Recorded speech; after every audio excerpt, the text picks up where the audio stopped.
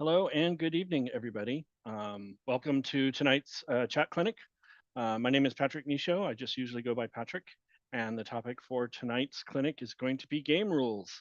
And so we should have a lot of fun looking at the various game rules and things that are taking place.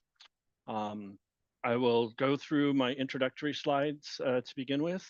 But first, I want to give a shout out to a couple of people joining us tonight to talk about game rules.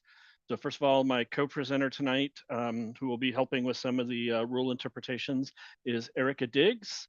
Erica is the deputy head referee for the state of Texas and the head referee for North Texas. Welcome, Erica. Hi, Patrick. I'm happy to be here. It's always a pleasure to have Erica online, and Erica can tell you how many fun discussions she and I have about rules and rule interpretation and so forth. And you may get to see some of that tonight.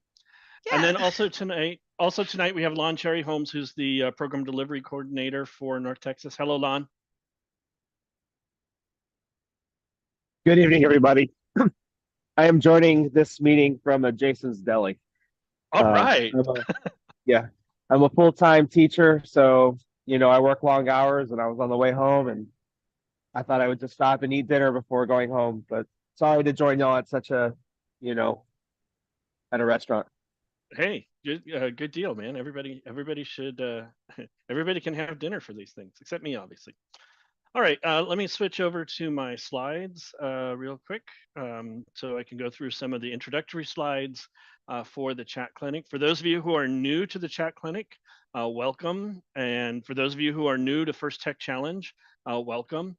One thing that we do suggest is to go into the participants window in Zoom and add your team number to your Zoom name in the participants window.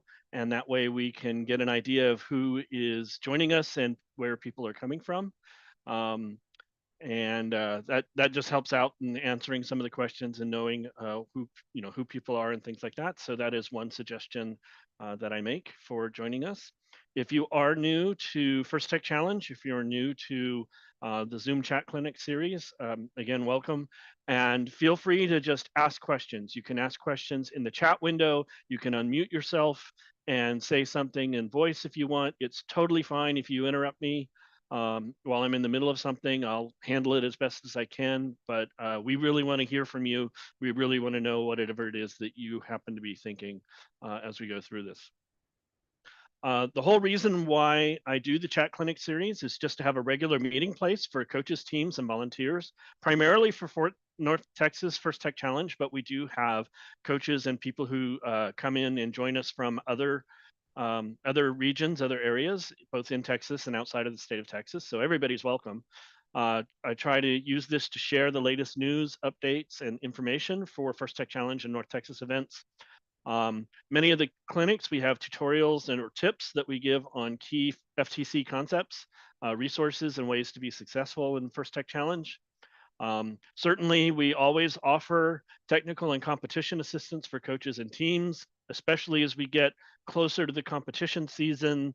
Then the chat clinics often become much less presentational and much more just interactive.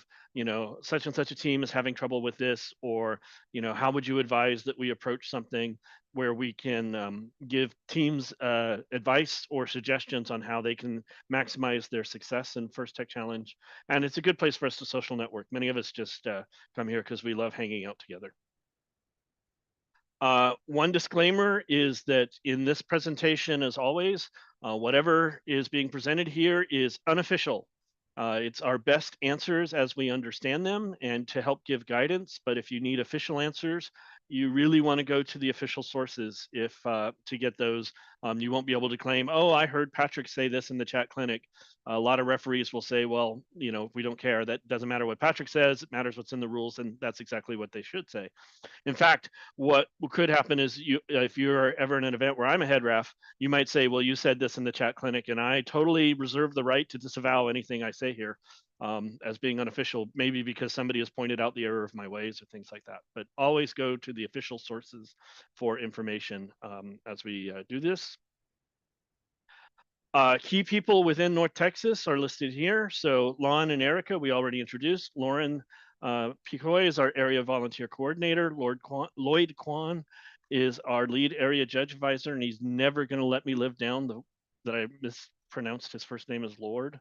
Nova and Cameron are our FTAs. Gavin and Travis are our scorekeepers, and Joe Varnell is our first senior mentor emeritus. One thing of note to people who are in North Texas is that the league dates and locations are now published, and you can get to them via the North Texas Padlet. So I'm going to show that here real quick if I can. Let's see if I can get that to pull up. Just a minute while I get the Chrome window installed here. There we go. So the Padlet is a place that First in Texas houses, and they have Padlets for each of the different areas in Texas. I know that it's probably hard to see the text on this screen. It's not terribly important, but I am just going to point out that the league registration dues and the season team registration and the league dates and locations have been published on the North Texas Padlet, so you can go see. And Lon, I hope I'm not releasing anything here, but it says that the sign-up sheet is available now. Is that true? It is available right now. Okay, so And I sent an email to the entire area about that as well. Got it. So you've obviously sent that within the last couple of hours because I looked to see if it had come in. So great. So you can even do sign up. But if you go to the section that says league dates and locations, let's see if I can get there. Then it has the details for each of the leagues that are available in North Texas. So we have the A League and the G League, which are on the west side of the Metroplex. They play in the AG tournament. We have the F League and the T League, and they play in the FT tournament. We have the X League, which is up in the Flower Mound area. And so, excuse me, that is the Metro League tournament. And then the ENS teams, ENS leagues are more to the east side of the service area, and they will play in a tournament. And so you can find all of the different information teams schedules, as well as the schedule and the advancement bracket. It's all available now online through the North Texas Padlet. And also it looks like the registration form is available. And so Lon, do you want to say anything about registration, or do you want me to walk through it if you're in the middle of eating anything? No, actually, it'd be kind of cool if you show them how you register for your team. Okay, as long as this is not an official registration. It's not official. I already deleted your previous one. Because we haven't, my team has not decided on our leagues yet, but I'm going to force them into a decision here. Let me share screen to make it a little bit more visible if I'm going to do that. Here we go. Because in Zoom, it comes across a bit better if you do that, and I'm going to make it a little bit bigger. So if you are in North Texas and you want to register for your league, then you go to the league selection form, and this is where you specify which leagues you would like to have. So you put in your email address. I don't mind if you all see my email address because it's available everywhere on the internet. Anyway, put in your team name. So my team's name is Technical Difficulties, and my team number is 7172. If I go to this link, that takes me to the page I just showed a bit ago, and you have to fill out this form one per team. So if you are the mentor for multiple teams, you need to fill out this form multiple times. You can't do one form for all of the teams. So yes, I understand that. And then from there, you go to the league selection page, and in the league selection page, you identify your top 3 preferences. And I'll note, we don't have an easy way to fix this, but the U League kind of gets hidden off to the right. So if you're interested in the U League, then definitely be sure to look at those. I'm just going to pick 3 leagues at random. This is not going to be our choices. So I'm going to say T League is our number 1 preference, and U League is our 2nd preference, and X League is our 3rd preference. And again, I just picked those. You can change whichever leagues that you want. Like if I said, actually, I'll say I League is my first preference, and so on. So you can do that. There's a box here where you can explain your preferences.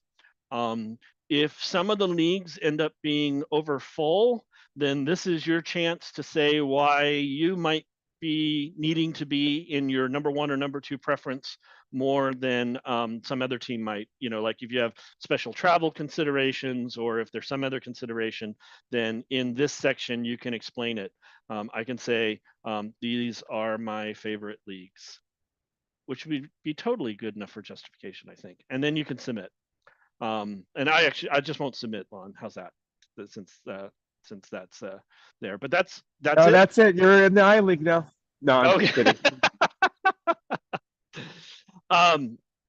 So what that does is that you've specified your preferences, and then Lon or his designated person, whoever is working on schedules, will send emails back after some short period of time to say you have been assigned to, and give you your league assignment and tell you which one that you've been assigned to. As Lon will tell you, generally you will get your first or second league selection, your first or second preference. It almost always worked out that way. But if it gets down to your third, then that just means you selected leagues that were extremely popular. So just keep that in mind. So that's league selection. So that's now available, and start going ahead and putting in your preferences when you can. Anything I missed there, Lon, or anything else you want to add? No, it was great. Thank you for the Okay. demonstration. Glad to do it. And I will say Timing.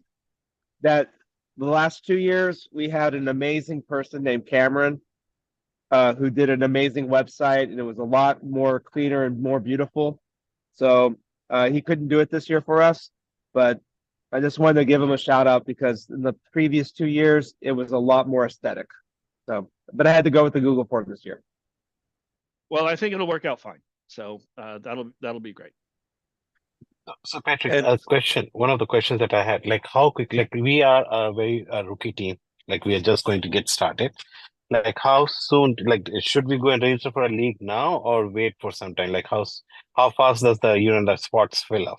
Like I actually don't know in the modern era, because I haven't been doing this for a while. But my recommendation is to do it as soon as you're able, but don't overcommit too soon, right? Like, Okay, make sure yeah. you've taken some time to think about what your options are and where you want to be and so forth. Lon tends to look at quite a number of criteria. It's not just first come, first serve. He looks at geography and a few other things in making the selections. It's not like there's a published list, but the sooner you select, then there's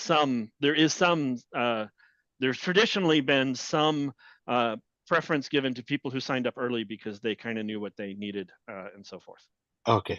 And I see somebody posted that, there's a deadline till 9/27. So Deadline we have is to. 9/27, but earlier still probably makes better. Okay, got it. Yep. Right. That would be, if I were the PDC, I'd say earlier is still better. Lon looks like he has something to say. No, I'm just going to say that, the word deadline, and if I use the word deadline in the email, I'm sorry, I don't like to use that word. It's a due date. Meaning, if you submit 2 or 3 days afterwards, that's also fine. It's just that I have to tell people their league like a month in advance to their Okay. league. So the sooner you tell me, the better. What area is your team in? We are based out of Claremont. We are just getting started. This is like it's a team of 7th graders based out of Yeah. McCamey Middle School. Like it's like a McCamey Booster Club team. Yeah. So I recommend the X League for you or the G League. X League, okay, or the G League. Okay, thank you. Yeah, X is in your area, and G is for Grapevine. It's pretty close by. So one of those 2 leagues is probably your best bet. Thank you. Yeah. There's a message in the chat that Scott says he's not able to find the link to register for First in Texas. If you go to the North Texas Padlet, you'll probably find it. So definitely look at that. Okay, let me go back to my presentation here, like so, and let me re-spotlight there. All right. So the next item is the season at a glance. Again, this is for people who are new to First Tech Challenge or just want to get an orientation of where we are. My slide is wrong now. The pre-registration is open as of 9/17 now. Way to go, Lon.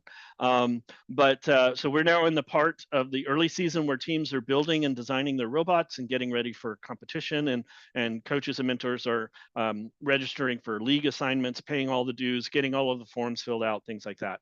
The first event we have this season is on October 19th. It will be a scrimmage. It's no longer called the scrimmage. This year it's going to be called the full moon scrimmage, so I need to fix that. And that will be at Marcus High School in Flower Mound on the 19th. On October 26th, there's an early bird qualifier. Registration for that will come up later. Like, don't ask for how do you register for that yet. It's that part's not open for registration yet, so just wait for that. League meets will be taking place starting October 26th and going through January 11th. League tournaments will take place at different times in December through February. We have our semi-area tournaments on February 8th, and then the North Texas Area Championship is on February 26th. So that's what the season looks like overall. If you're not already, consider signing up for the First Tech Challenge Google group, the North Texas First Tech Challenge Google group. Lots of announcements appear there. And you can find out about the upcoming chat clinics and other events as they're taking place. So definitely look into that. And I have some public service announcements to make for everybody. I meant to make some of these last week and I forgot, but let me go ahead and do them now. So as teams start to receive their field kits from AndyMark, one of the first things I want to point out is that some of the components in the field are extremely sharp. And by sharp, I mean like can cause can cut skin sort of sharp.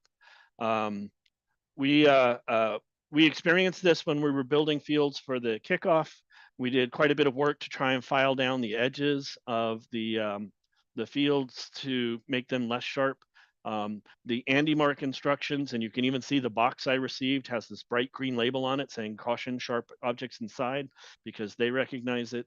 And so when you get the components, the aluminum angle brackets that exist in the field kits can be very sharp. And so just try and use a metal file or some sandpaper or some other device or something to deburr and dull the edges of the angle brackets because they can cut. My team held a practice here on Sunday, yesterday, and there were several times that they nicked themselves on the submersible such that we felt Band-Aids were warranted. Wasn't, anything major, nothing life-threatening, but definitely there were some nicks and cuts that occurred such that what we've taken to doing for our field, our practice field, is we're covering the edges with gaffer's tape to try and hide the sharp edges. That's not legal for a competition field. A competition field would not expect to have the tape on those edges, at least not yet. But that might be another way to help avoid sharpness. So just be aware of that for the season.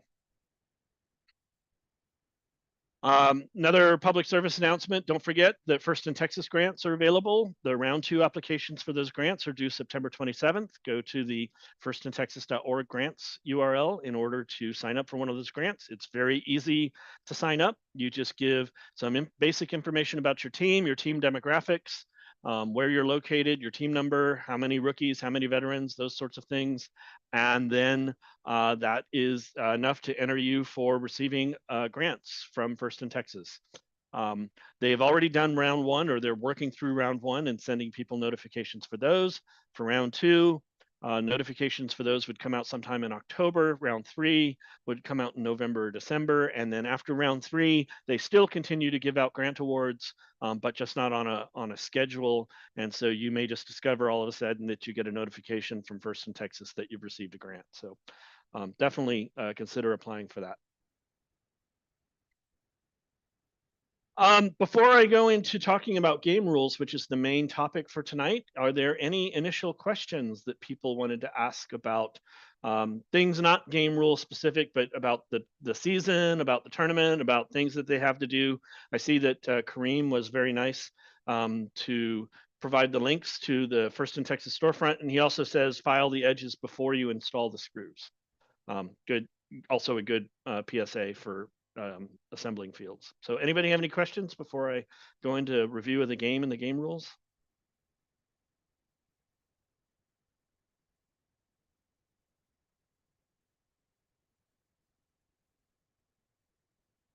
Okie dokie. Well, then I will get started on game rules, which is why we are here tonight.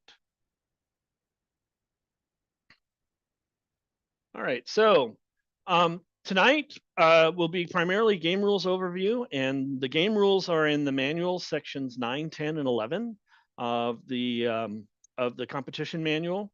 And one thing I will say that I've noticed, I think other people who have read the game rules have noticed, referees have noticed, is that it feels like there's a lot fewer game rules overall, especially that are specific to this year's game. And that's kind of nice. There's less to have to memorize. There's less to have to keep track of. It's really factored out pretty nicely, I think, in terms of the overall game rules. So I'm going to start just by doing another overview of the game and how the game works. Then we'll get into some of the specific rules. If you have any questions or anything, please feel free to stick them in the chat or to interrupt me voice so that we can look at the whatever and address whatever questions you may have right away, although we'll certainly have a section for questions towards the end.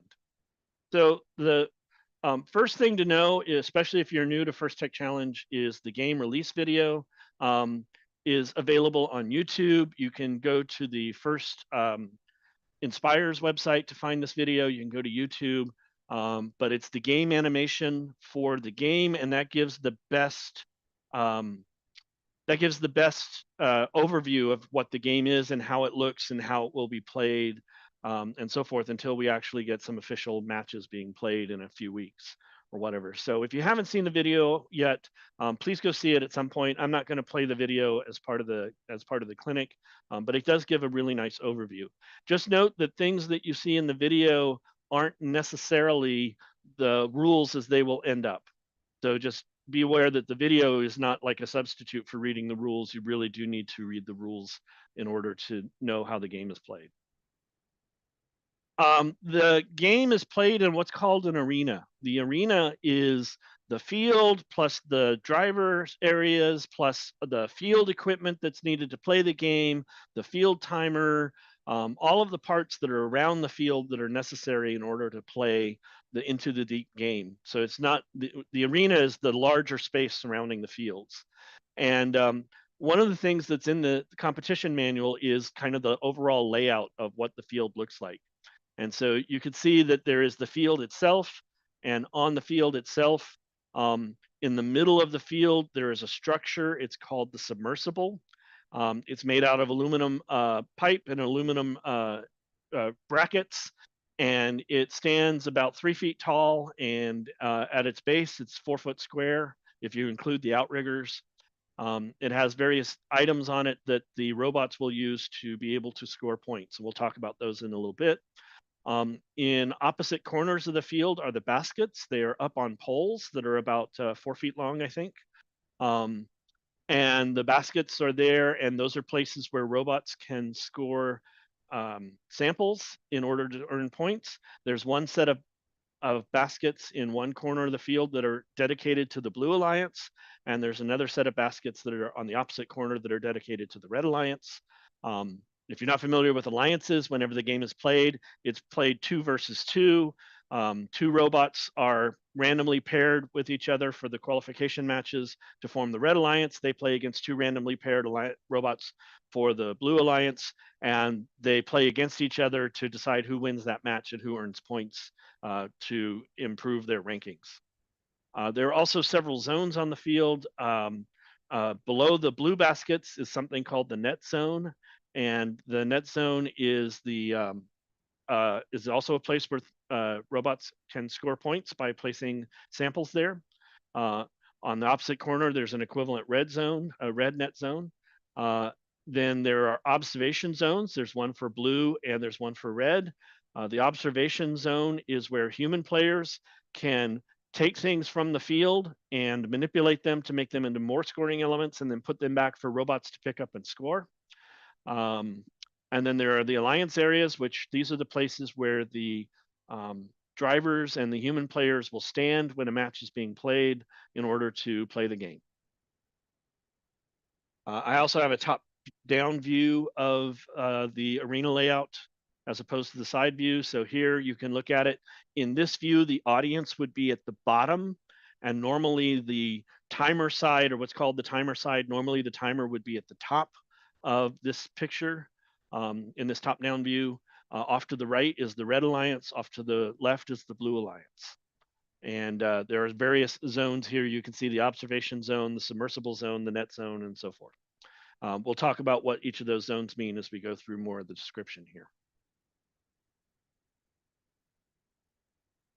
In the game, there are samples, clips, and specimens are the primary scoring elements. Oops, wrong button. There we go. Samples, clips, and specimens are the primary scoring elements. So the samples are 1.5 inch by 3.5 inch rectangular objects. They're not boxes per se. They're not like cubes that have been stretched out. They actually have indentations on them. But those are called samples. They come in 3 colors. They come in blue for the blue alliance, red for the red alliance, or yellow, which are considered to be neutral and don't belong to either alliance. There's also a clip, which looks like this. The clips all start out in the human player stations where the human players are. And the way that a sample and a clip can be combined is the clip will attach to a sample. And once you've attached a clip to a sample, it becomes a specimen. And you can see the specimens over on the right that kind of illustrate what a specimen will look like. And these are the elements that can be used throughout the game in order to score points. When a match begins, and so to give an idea of what the day looks like, again, for people who are new to First Tech Challenge, towards the beginning of the day, you will get a match schedule, which will contain your qualification matches. And depending on how many teams are there, you will have, there will be, anywhere from, say, like 10 to 40 matches. It depends on the number of teams that are there and how many rounds that you're going to play. And when it's time for your match to begin, you and your partner will then head to the queuing station. And when the field is ready for you, you'll be called to the field in order to play your next match. So there will be 4 teams or 4 robots that get loaded on the field when a match is beginning. Before the robots get there, the field staff, that's the referees, the field reset people, the FTAs, the field supervisor, they will have organized the field to look something like this. Again, this is a top-down view. So in the A and B locations, they will pre-stage samples for alliance-specific samples in the A and B locations on the field here. So here there would be 3 blue samples set on the field in those locations, and then there will be 3 red samples placed where the B is. And then for the letter C, there will be 3 alliance neutral samples put at each C location here that are available. Then there will be in each alliance area, there will be 2 alliance specific samples and 2 alliance not specific samples, alliance neutral samples made available to the human player there, as well as 20 clips. And all the rest of the samples go into the middle of the submersible where it says F, and they're just kind of evenly spread out throughout the submersible. So that's how a match begins. When you come to the field, that's what you can expect the field to look like. At that point, it's up to the teams to stage their robot on the field. And the robot setup is controlled by rule G303. In previous chat clinics, we talked about how the rules are named starting this season. So the first part of a rule identifier is a letter. In this case, G means it's a game rule. 3 means it's in section 3 of the game rules. And 03 means this is the 3rd rule in that section. And so this is the rule that says how a team, what a team must have in order to be able to play and start the match. So the first thing that happens is a robot has to meet all of these requirements. Number 1, the robot has to be safe. Number 2, you have to have passed inspection. Number 3, if you made any changes after you passed your last inspection, you need to make sure that it gets re-inspected if needed. Number 4 or D, it's the only thing you leave on the field, so you can't leave the robot plus tools, plus any measuring tapes or whatever else you might have had to set up your robot. You can only leave the robot on the field. E, it has to be completely within the field, and you can't be starting out in a net zone or an observation zone. The robot has to be touching the field wall.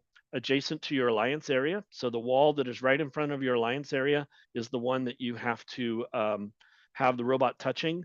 There's no rule that says a flat surface of the robot has to be touching, just some component of the robot must be touching the field wall. You cannot be attached to, entangled with, or suspended from anything that's on the field.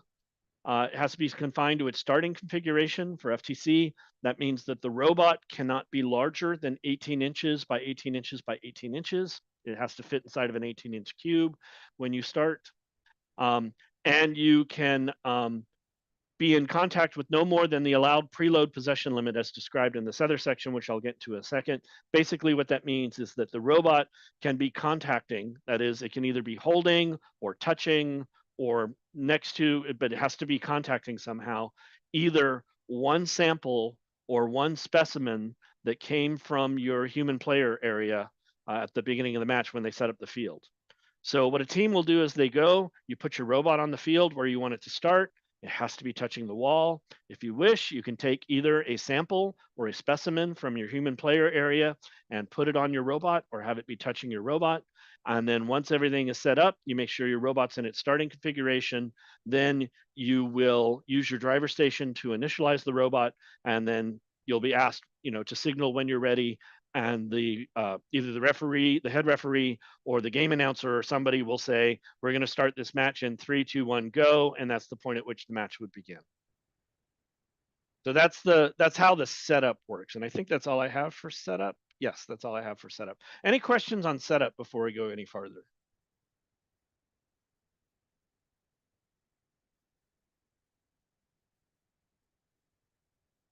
Cool. Then once they start the match and you hear the trumpet sounds, the da da da da da, then the match begins. And the first period of the match is 30 seconds long. It's called the auto period. And during that period, robots operate without the drivers giving any controller input. So the drivers are not touching the game pads. They're not doing anything to change the way that the robot is acting on the field. During that 30 seconds, robots can attempt to score samples. They can park in the observation zone. They can contact the submersible. They can hang specimens onto a chamber, and they can retrieve additional samples. So those are the kinds of things that the robot can do during the autonomous period. And then at the end of the 30 seconds, the robot will stop, and there's an 8-second delay as the referees quickly score whatever happened during the autonomous period and get ready for teleop. After that 30-second period plus the 8-second delay, then the next period of the match is 2 minutes long, and it's called the teleop period or teleoperated period, but everybody just says teleop. During that, the drivers are controlling the robots, and they continue to retrieve and score samples. They can hang specimens, they can park in the observation zone, or they can ascend the rungs to retrieve points or to achieve points. So matches go quickly. Typically, a match takes 2 minutes and 38 seconds on the clock. From the point where they say go to the point where the final buzzer is done. There's actually 3 seconds after that that takes for the buzzer to finish and for everything to come to rest, but that is considered to be the entire match. The scoring tasks that are available for this season are given here. This is from table 10.3 in the manual, and so the first thing that you can do is at the end of a period, either at the end of the auto period or at teleop, you can park your robot. And if your robot is in your observation zone at the end of the match, then you get 3 points for that. If you can also score samples during either auto and teleop, and you can see the point samples there. So a sample in the net zone will count 2, and the low basket counts 4, and the high basket counts 8. Specimens on the low chamber, which is the low colored rung on the submersible, will earn 6 points. On the high chamber, we'll get 10 points. And then there are ascents. During autonomous, you're only allowed to do a level 1 ascent, which just means you are contacting the low rung on the submersible, your low rung on the submersible at the end of autonomous. And then during teleop, you can do a level 1, level 2, or level 3 ascend, which we'll talk about in a second. So those are the point values for the match. In terms of points you get in a match, The last column says ranking points. Ranking points are how we keep track of wins and losses in the overall tournament. And so those are the first criteria for determining who the top teams are. If at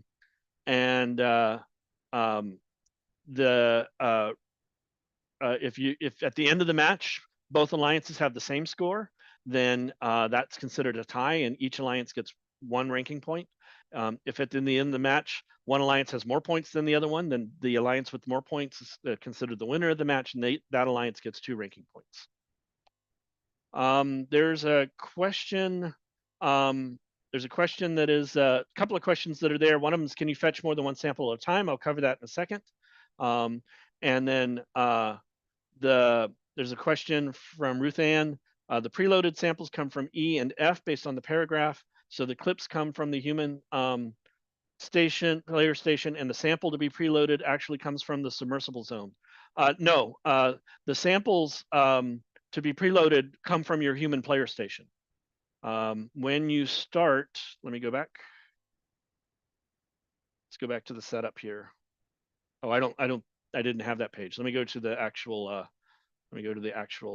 window that has it. As soon as I find it here. There we go. Okay, so when we do the setup that is there, and I know that this might be a little fuzzy on the screen. I'm not going to switch screens to get it there. Let's see, where is the setup? Arena, submersible scoring elements. There we go. Okay, so scoring elements at the start of the match. It's going to be on page 61 for Okay, the 10.3.1 scoring elements. Oh yeah, it's in section 10. All right. Yes. So the E and F is let's see. So let's see. E is where the clips go. D is where you would get your samples from the preload, right? So the D says that 2 neutral samples and 2 corresponding alliance specific samples are placed on the floor outside the field, and those would be the ones that you use for the preload, not the ones coming from the submersible zone. So the submersible zone always has 15 red and 15 blue and 30 neutral. So I believe that they are also referencing that small little paragraph right under F. So from the scoring elements provided, E and F, each robot may yeah, preload? that's a typo. That's Yeah. got to be a typo. That's a very good catch. Yes. Yeah, I believe that is a typo. But that will be a clarification we need to get, because clearly, yeah, that seems that's a very good catch, and I have always believed it would come from D. That makes more sense, but it does say E and F there. I'll shoot you a message so we don't forget to get it noted down. Yeah, we'll get it into the people who make these things. The Q&A forum, has it opened yet? I haven't even looked or gotten an announcement about it. I know the referee one has not, but I can very quickly check for the big one. So yes, there are, as of right now, 30 questions asked. Okay, wow. Yeah. So there are already questions in the Q&A forum. Yep, and there's just one answer, which is just about preloads. I'll loop back to the Q&A forum when we get done with the rules here, I think. All right. Let's see here. So back to my slides. All right. Thank you for that question and noting that. That's a really important clarification. So I'll be very curious to see if that makes it into the next team update. Say that it's supposed to be D and E instead of E and F. Okay, so to present. All right, so robot setup, match periods we did, point values. All right, so we've been talking about these different specification elements, and I mean the scoring elements, which is a defined term in the glossary. So we have samples, clips, and specimens are our scoring elements. So a sample is one of the little rectangular pieces, one of the little cubic pieces that come in the 3 colors, either red, blue, or yellow. And then clips all start in the human zones. And as noted earlier, you can take a sample and you convert it to a specimen by adding a clip to the sample, and that does that. They can only score in specific sections. So samples can only score in net zones or baskets. So the net zone are the taped off areas in the corner of the field below the baskets. So any sample that is in that zone is able to score. And we'll talk about zones a bit more here in a second. Everything else, if they're in the basket, the only other place that they can score besides the net zone is in the baskets. And so the baskets are up on the poles, and the low basket is worth 4 points, and the high basket is worth 8 points to be able to score those. Specimens, which are samples that have had a clip added, they can only be scored in the lower chamber or the upper chamber, which are the colored plastic pipes that are on the sides of the submersible. So once you take a sample and you convert it to a specimen, it can only be scored on the chambers unless something removes the clip, in which case it becomes a sample again. So that's the there. Just to note that you're not allowed to, except with some specific exceptions, control any samples or specimens belonging to the opposing alliance. So if you are on the red alliance, then you cannot just start grabbing blue samples or specimens and moving them on the field wherever you want to go. So that's an important thing to note, is that you're not allowed to do it. One thing that is worth noting is that samples of the opposing alliance can score in your net zone and in your baskets. So if somehow, probably not because you did it, because you'd get a penalty, but if the opposing alliance drops one of their samples in your net zone, you get credit for that. Or if they're really nice to you and place one into your basket, then that still counts. So inside of the net zone and the baskets, any sample will count. It does not have to be a sample of the color that the zone belongs to or the basket belongs to, which is kind of an interesting thing.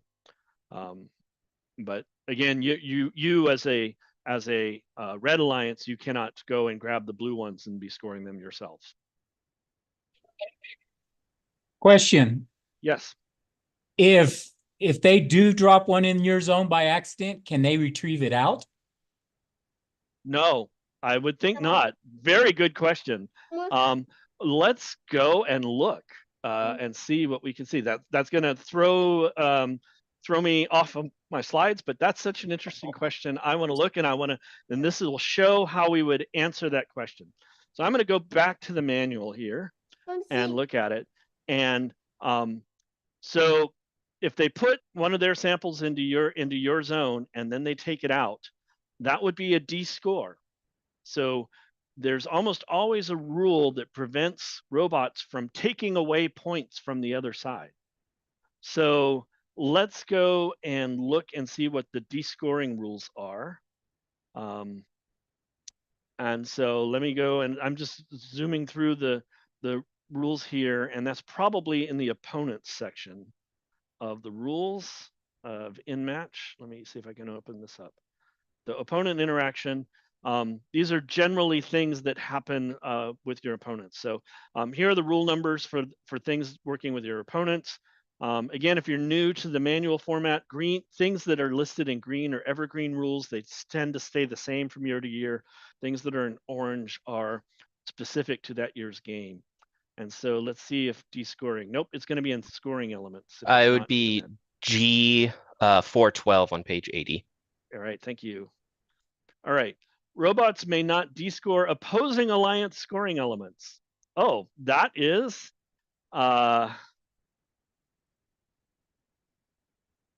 Erica, how do you want to interpret this one? Hang on, I'm reading the manual really quick.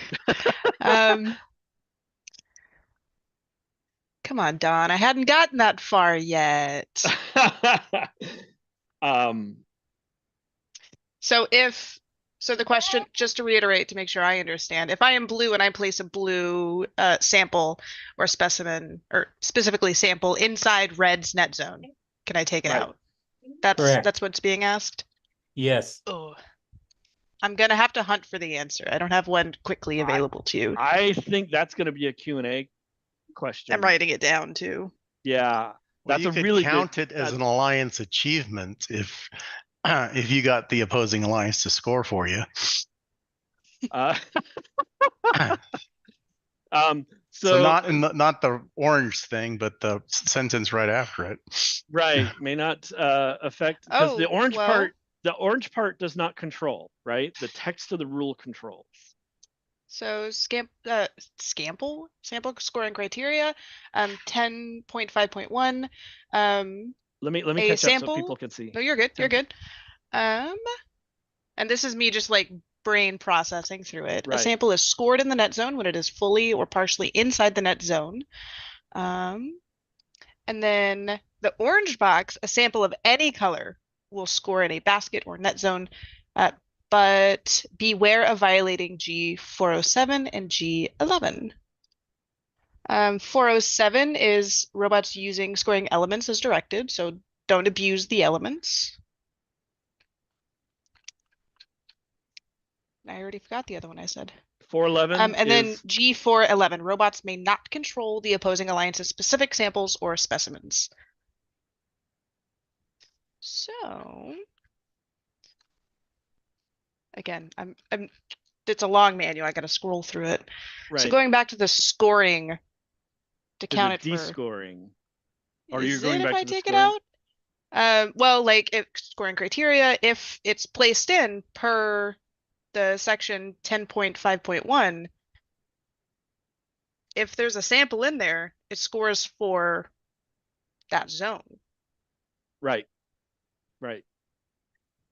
I mean, hey, So great GP for, giving your opponent yeah, the points. some points. But the removal of, because if we count it, if we're in the hypothetical, if we count it as a scored thing and you take it out, you are taking points away from your opposing. So I think that's a major foul. I would agree because you are removing score, but Yeah, I'm writing it down right. just in case. Right. Isn't it also extremely unlikely this year that this will happen? And if it does, you could be accused very readily of trying to throw the match. So throwing matches are possibly, touchy. Yeah, they're pretty. but I'm gonna pose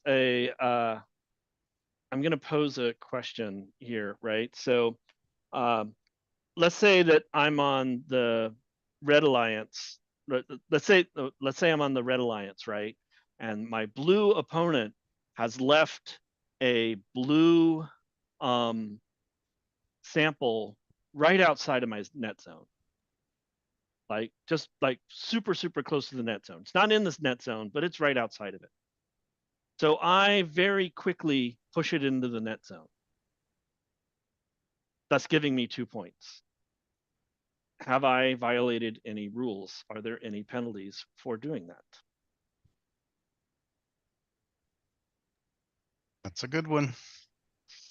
Momentary contact, but intentional or whatever the language is. Yeah, so we would have to go look at the intentional language here, right? Which is why I'm posing this and saying how we would look at it, right? So See, a lot of people are throwing in you can't control the opposing alliance color, but let's look at the rule real quickly. in that case, if the robot is not using that specimen, right? Let's say the blue robot is out of contact with that blue specimen. You're saying pushing that into that red specimen in net zone is allowed or not allowed? We're investigating the rule right now, just to show Okay. how you kind of decide these things, right? Okay. All right. So the rule that says you're not allowed to control the opposing alliance's specific samples says, G411, robots may only have momentary control of opposing alliance specific samples or specimens. All right. So momentary is a defined term. So if we go look at the definition of momentary, and I think I can get there in the glossary pretty quickly. So if we go and say, what does momentary mean? Momentary describes durations that are fewer than approximately 3 seconds. So in order for you to get that violation, as I read it, you would have to violate G411. It's not enough to control the alliance's opposing the opposing alliance's specific samples, you have to do it for more than 3 seconds. And so that's why I posed the question the way I did, right? Is that I'm a red robot and there's a blue one just outside of my zone. And so I can just push it into the net zone, zip, like super quick. And as long as I don't do it for more than 3 seconds, as long as that doesn't take me more than 3 seconds, I have successfully scored an opposing alliance's sample. So therefore, I think that's legal, unless somebody has another rule that makes it illegal. Yeah, I'm reading through some of the commentary in the chat meeting. Yeah. And I know in past years, you know, we as head referees have always been cautioned to tell teams don't play the game, don't play the rules. But one of the really cool things about this clean sweep manual is that the rules are there to play the game. And Patrick was the one who really elaborated on this because FRC has gone through all of those nitty gritty stuff. And so we're playing the game by playing with the rules. And so going based off of the rules, technically it's allowed, which might not be a very nice answer for some people, but as of now, I agree with Patrick that it is technically allowed. Could that answer change? Sure. Yeah. But yeah, as it reads now, to me, if you can control an opposing alliance's specific sample or specimen, and you can do it and not have it in your control for more than 3 seconds, then yes, you could put it into the net zone or even into the basket, and get points for that. and you can't do it with a specimen, only with samples. Yeah. And then also cautioning teams, if you're intentionally trying to do this, it could be seen to some head referees that you're not playing within the scope of the game, which kind of almost contradicts what I just said. But being careful that you're going to come across some referees or head referees that are still using actually for the past years. So what I caution is teams, come with the manual, come with those team updates. Head referees should never be upset when they're wrong. I like to be proven wrong. So be prepared to defend your actions, not as we're the bad guys that you're trying to go against, but be prepared to defend your actions because this is a strategic gameplay if you do so. So excellent question, Don. Thank you. Yes. Excellent. I have it written down just to clarify for later as well. Yep. And that's why I like doing these chat clinics on the rules, it's a chance for all of us to really get into the nitty gritty of what the rules allow and what they don't. And so that's a really useful thing there. Okay, and so that was just on samples, clips, and specimens. Wow. Okay. Let me see. Did anything big happen in the thing? Somebody's asking when is the meeting ending? I try to end about 8:30. We've been running a little overtime. If you need to leave, this is being sent out to YouTube, right? So you can come back and watch the rest of the meeting on YouTube. So we'd love to have you stick around to hear all of the discussion and things like that and participate in the discussion and ask questions. But if you need to leave and we're not done yet, it is going straight to YouTube right now. All right, let's see. Let's go on to the next one. Hey, Patrick. Yes. Hey, on that last picture, there's a sample that's on the fence. Yes. It's not in a basket. Does that count as being on the floor? It counts as being in the net zone. So Yeah. I don't have this early, but zones are volumes. They're not places on the floor. So the zone is actually the taped off area and everything above it. Okay. Right. So yeah. it would actually be possible for a specimen to be up high, lodged precariously on a basket or on the pole or something like that, and not in a basket or not, such that it doesn't count for the basket, but it's still technically in the net zone. Right. Okay. So that's a good question. Thanks. Okay. All right, let's go on to the next one. So ascent is the other major scoring possibility that we have. And in fact, if you go look at, the level 3 ascent is the 30-point achievement. So a lot of people are going to be focused on scoring that level 3 ascent because it can be a lot of points at the end of the match. So there are 3 different levels of ascent that are possible. A level 1 ascent is that a robot is in contact with its low rung on the submersible at the end of the match period. You can score this either in autonomous or you can score it in the teleop period. Then level 2 is that you've used one or more of the rungs to lift yourself off of the floor, and you're being supported only by either the high rung or the low rung at the end of the match, and that gives you a level 2 ascent. And level 3 ascent is that your robot is supported by the high rung only, and all of the robot is above the low rung, the top of the low rung. So in that case, then you would get a level 3 ascent. And again, the scoring for those are given here. So a level 1 ascent is worth 3 points. A level 2 ascent at the end of teleop is worth 15. A level 3 ascent is at the end of teleop is worth 30. The important thing to just make sure teams are aware of when you're designing your robot mechanisms to do an ascent is that there are quite a few restrictions on how you do the ascent. And that's given by this additional set of restrictions that are listed here. So just a minute, let me pull up my window here. All right. So first of all, you can only ascend on your own alliance-specific rungs. You can't climb on the opposite side of the submersible.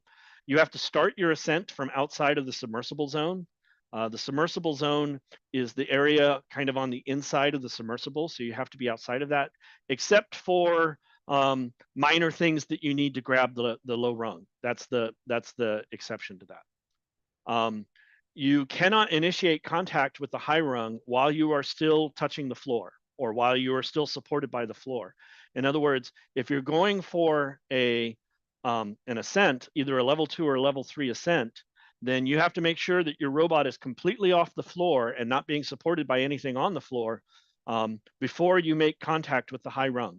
Once you are off the floor, then you can contact the high rung in order to attempt that level 3 ascent. So as your teams are designing their ascending mechanisms, definitely keep that in mind. You can't just go and grab the high rung and lift yourself up. You have to use the low rung to lift yourself up off the floor, at which point then you can contact the high rung and go the rest of the way. If you do contact the high rung when you are still on the floor, then the ascent is invalidated and doesn't count. You might want to speak a little to how obvious it has to be that you're off the floor when you contact the high rung. Yeah, we have that. That's a good point. Usually there's a blue box somewhere, an orange box somewhere to note that the scoring achievements are observed by human referees. And, you may be able to demonstrate that your robot is a 1/16 of an inch off the tiles when you touch the high rung, but it needs to be somewhat obvious to the referees. If the referees cannot determine that you were clearly off the floor when you contacted that high rung, then they may say, I'm sorry, we didn't see it that way, and so forth. And so, especially last year, there were a lot of climbing attempts for last year's game where people were just dangling, fractions of an inch. And by fractions of an inch, I mean very hard to see above the floor surface. At the end and saying, oh, we should have gotten a hang for that. But if it's not obvious to a referee is fully able to say, I'm sorry, it didn't look that way to me. So that's a very good point. Thank you, Kareem, for reminding that. So the main thing, again, is if you're going for that level 3 ascent, just note that when you contact the high rung, you need to be already off the floor at the point where you make that initial contact. And I think it's also, sorry, go ahead. it's No, also go. important to note when these things are scored. I don't know if we're getting into that here in a little bit. I'm not, so go ahead. Now is good. Perfect. So last year for center stage, we started using the term chin-ups because it was if your robot is off of the ground at any point during the buzzer, it technically counted. And they added the language of like obvious and unambiguous. We as referees are human. I have bad eyesight. But for this season, because it's a clean slate manual, which is really nice, they're very, very clear on when these things are scored.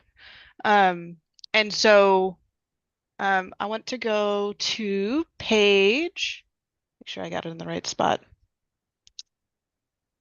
Robot scoring criteria, looking at 10.5.3 robot scoring criteria on page 65.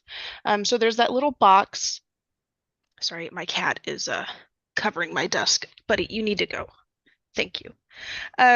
So it goes through the levels of ascent, and it's very specific when it says for a level 3 ascent, robot is fully supported by the high rung and completely above the top of the low rung at the end of the match per section 10.5 scoring. So we go to the 10.5 scoring. I have to navigate all of my my monitors as well. So the section, all accomplishments are tracked live during field staff and certified at the end of the match.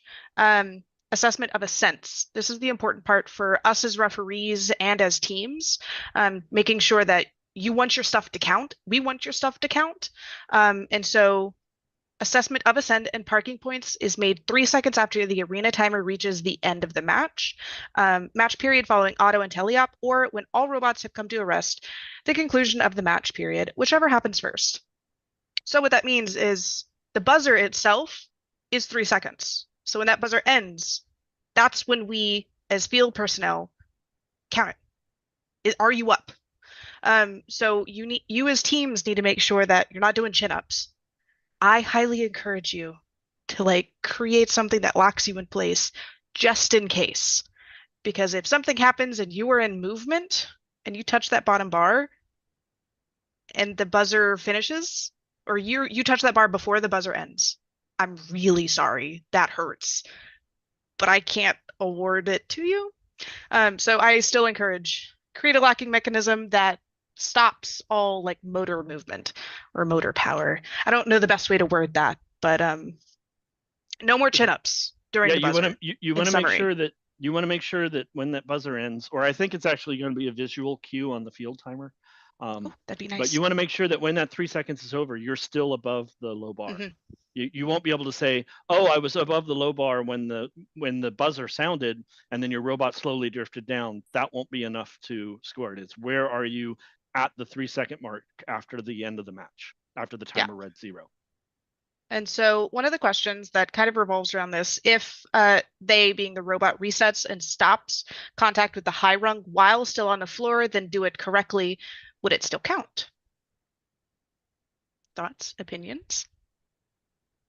I don't know that it's been officially answered. But in previous seasons, in the last couple of seasons, or certainly last year, they had often taken the perception of, okay, if you aborted an attempt and restarted from scratch, then it would count. Yes, because So I want you to have points during the match. Right. So I think that's likely to be the case, that if you mess it up the climb, and so you completely disengage from the submersible, get back on the floor and attempt again, then I think the earlier invalid attempt should not, but we'll have to wait for clarification on this, invalidate a later attempt. Yeah. For drivers who have drilled themselves into hitting stop the minute they start hearing the buzzer, is that first of all even allowed or encouraged? And second, is it since it could depower their motors depending upon their mechanism, it could be a problem in this particular area. So there is some specific guidelines, and I think Patrick's pulling it up, for what teams should be doing once they hit the end of the period. And I also want to make sure I'm getting to it as well. It's very specific on what teams need to do, because there could be penalties involved, or not penalties. Bad, Erica. There are fouls involved or violations that can be incurred. I'm working on it. It's been many years that I've used the word penalties. Let's let's see, we're gonna go down to. We're all having trouble with that. Yes, I've been very deliberate when I like type messages out. It's fouls, not penalties. It is easier to quickly type out though, so that has been a bonus. My team is quicker. They're fussing at me constantly about it. Yeah, it's not a penalty. So G406 is the rule I think that applies to Kareem's question. So just to restate the question for everybody else, your robot is up on the high rung and the buzzer sounds, and you know that if you hit stop on your driver station, that the motors are going to disengage and the robot's going to come down, right? Because you designed your robot such that it's not going to remain hanging when it's depowered. So I think Kareem's question is, can you delay hitting the stop button until the end of the buzzer or after the buzzer in order to make sure you're still up at the end of the 3 seconds? Is that your question?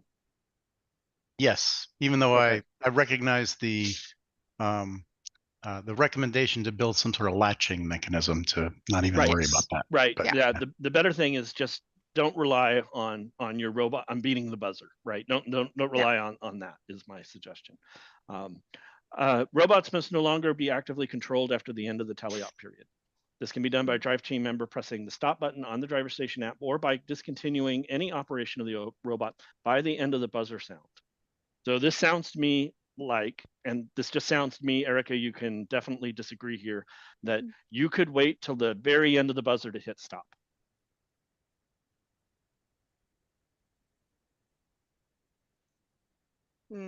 Yes, I'll say yes, even though the orange box. Because I also want to point out, if it hasn't been mentioned yet, is that we don't have what I refer to as I and I. So we don't have inadvertent and inconsequential anymore. So we have to go by the book. Whatever the manual says, we're doing. And so I want to give grace. I'm a psych major. I understand people make mistakes. It's a high stress environment. But when the buzzer says stop, you got to stop. So even though the orange box says, drive teams should make their best effort to stop gameplay immediately when the end of the period game, end of the period game sound begins. Yeah. Human error. It's bad language. You got 3 seconds to comply with it. I'm like winking heavily at my camera that is turned off. That is off the record. Wink, wink. But teams should be making a good faith effort because I do know that coming up with solutions of like a non-powered like locking mechanism can be a little challenging. So maybe teams should be adding that into their design aspect when they're doing their initial designs and builds. Yeah, my answer to that, especially to my team and others, is why place your fate in having a ref who agrees with you? Why not make it unambiguous and then there's no question? Right. Because I want you to succeed. Right. But I am one of many referees. Well, not only that, but referees know they need to be fair. They need to call the rules the way they read the rules. And so it could be nice to a team to say, yes, you get the achievement, but it's not nice to the opponents if you really didn't. Yes. I went through an event in another region, I won't say which, where the referees spent the entire day misscoring the autonomous task, such that everybody was getting points for the autonomous task, even those robots that didn't achieve it. And I mean, it completely ruined the qualification rankings and the match outcomes and everything because the referees were very distinguishingly calling it wrong. And that is annoying when you've done the work to make sure that you are making the scoring achievement and your opponents are not, but they're getting credit for it anyway. That can be annoying. There's a question in the chat about G420 again. Could a claw used to grab samples be inside the submersible zone and maybe a foot of the arm supporting the claw be considered minor elements? My answer would be no. So robots must be outside of the submersible zone when they begin their ascent, except for minor elements used by the robot to contact the run. And so since they are part of an intake or a claw that is not being used to grab the rung, If it's inside of the submersible zone, then I would consider that to be a violation of G420 as I it's agree written with here. that. Right. So no, it's not in, you could say, oh, but it's not really making a difference in terms of, we're not using it to score or anything like that. Doesn't matter. The rule is the rule. And it says you have to be outside of the submersible zone except for minor elements that are being used to contact the rung. This is a rule that I kind of believe, and we'll come up to it a little bit later, but this is one of those rules that I think is going to get some tweaking before events happen, but we'll see what happens there. Okay, I'm going to go on to my next set of slides here. We talked about this a little bit last week. Again, it's so important that I really want to make it clear to teams that are designing their robots, the new horizontal expansion limit rules, because we've never had really anything like it in First Tech Challenge, and because they can be really easy to violate. So there is a horizontal expansion limit. Your robot is not allowed to go outside of the horizontal constraints, which aren't listed in the rule. They're listed in the robot constraints, which we'll look at next. If you go outside of that limit for more than 3 seconds, then it's a minor foul. But if you do it for any length of time, and if you use that going outside of those limits in a strategic way, either to gather a scoring element or to score something, then it becomes a major foul. So the horizontal expansion limit comes from R104. I'm not going to go through all of the text that's listed here, but just note that you're limited to a 20-inch by 42-inch box. You have infinite vertical height that you can do, but in the horizontal direction, you can go, your robot has to stay constrained to a 20 by 42-inch box relative to the chassis. And the chassis is fixed in that frame, which is kind of that's the part C here in the rule. The horizontal size boundary translates and rotates with the overall configuration of the chassis of the robot, which means when the chassis moves, the frame moves with it. The 40 by 24, the 42 by 20 inches moves with it. The manual does a really good job of giving some illustrations about what is and is not allowed. So if you take that you have a robot, which is given here by the chassis, and it may extend beyond the chassis, and that chassis plus all of its extensions as used in a match have to remain inside of a 20 by 42-inch boundary. So they give 4 examples here of robots that have extensions that still stay inside the boundary. So in example A, a robot has an extension going out to the right in this picture and another one going out to the left. But overall, that robot remains inside of the 20 by 42-inch box, so it would be legal. In example B, it has one going to its right, as shown in this picture, and also one going up. But that also remains inside the 20 by 42-inch box, and that one's legal. C, the robot chassis has an extension on opposite sides, which are wider than the chassis, but they're still not more than 20 inches wide. And so that would still be considered legal. And in example D, you have a robot that with an extension going out the corner of the robot. And as long as you're able to get that to fit inside of the 20 by 42-inch box, then that would be legal. But note that in this case, the robot itself, if you're measuring the square sides of the chassis, would have to be much smaller than 18 in order for this to work. It'd have to be a fairly small robot in order for it to work. Then they give lots of examples of things that don't work, and this is really instructive. So the things that are not okay is a robot that has an extension going one side 42 inches and an extension going out the other side some distance. That would be considered not legal. Same thing if it goes out 2 sides that exceed the box, and you can see the different examples here that are variations of A, B, C, and D above, but where there would be no way to make these legal as given. Then example I is for people who are planning to do turrets.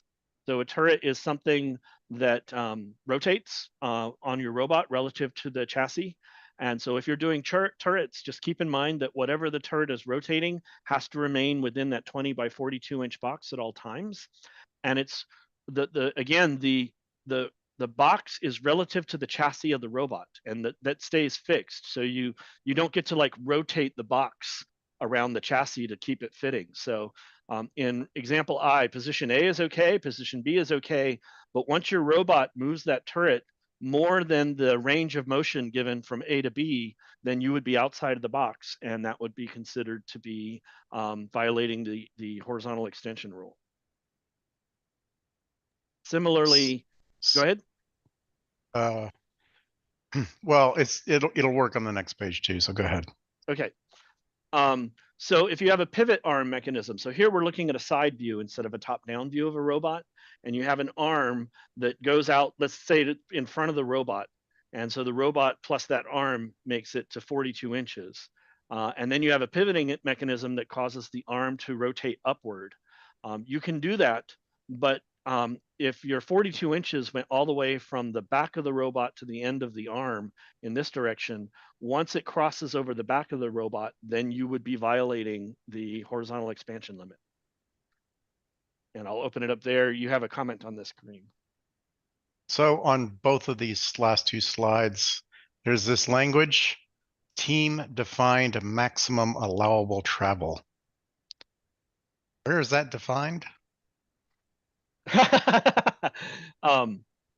So it's defined by something in the inspection rules. I'm not sure that it actually shows up in the inspection rules. Let me see if I can get it. So no, okay. The team defined maximum travel is that when you go to inspection and the robot inspector says, prove to me that your robot remains inside of the horizontal expansion limits, there will be a 20 by 42 inch box taped off somewhere. And the team places their chassis in that box. And at that point, they are defining their expansion limits. Okay. By where they place their chassis within the box. And then they must demonstrate that their components always remain inside the box. Now, you could say that it's going to be based on software limits. That is allowed, that, you know, that even though it can mechanically go outside the box, that you won't actually ever have that happen when you're playing a match because the software won't allow it. That's considered okay. But if a referee observes your robot making a motion that the referee believes violates your defined box, then the referee would give you this foul. So if I'm a referee and I see at one point in the match that the robot has extended what looks to me to be 42 inches forward, and then later in that same match, I see that the robot has taken that pivot arm and put it to the other side, then I'm going to say, oh, they probably violated the horizontal expansion limit, and so I'm going to give them the foul. So let's combine two things, right? Okay. Let's have a turret, and such I don't even know how to describe this, but let's have a turret that also has this pivot arm mechanism on the turret. Right.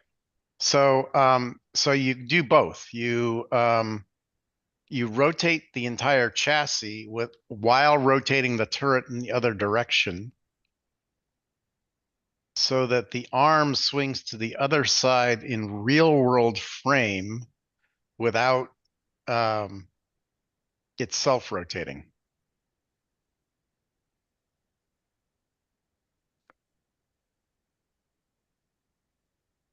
Yeah, sure. Okay. I don't have a problem with that. That took me a while to visualize, and so I'm sure that just like confused a bunch of people on the call. But basically, what you're saying is, let's say that it's a pivot mechanism. So the pivot goes up so that the arm is up in the air. The robot turns around, and while the arm is up in the air, it also spins so that it actually ends up facing the same world coordinate directions that it was before, and then it comes back down. Right. But it ends up coming back down on the same side of the robot that it came down, the same side of the chassis that it came down, was down before. It's just now 180 degrees turned. That's right. That's okay, because the team defined boundary rotates with the chassis. So the other issue I have is the definition of chassis doesn't seem to take into account expandable chassis. It does not. So I guess there's going to be some refinement there. Who knows, right? Yeah. But that is something I have observed, is that they don't seem to have considered at all the case of morphing chassis. Yep. Right. So how that would affect things, and the answer may be you don't get to morph. Yeah, But, I guess. Yeah. right. The answer may be that your robot doesn't get to morph in that way, but I don't think it's really come up in discussion or anything. I think they haven't gotten that far in the rules yet. So. And I'll always add the caution of be prepared. If a referee is like, that looks a little suspicious, make sure your team is prepared to defend it, because if it does meet all the criteria, that would be extremely impressive to see on field. But just make sure that they're prepared to defend it. Sure. So, okay. And then here's K. So if you have a sliding mechanism, so it's not just pivoting, but sliding. So here there's a sliding mechanism in position A. The sliding mechanism goes off to the left side of the robot as we see it here. In position B, it goes off to the right side of the robot. You don't, again, the chassis is fixed within the 20 by 42 box. You get to decide where it is fixed, but wherever the chassis is fixed, you get a maximum of 42 inches relative to that fixed location. It doesn't slide with the chassis, doesn't slide along the chassis.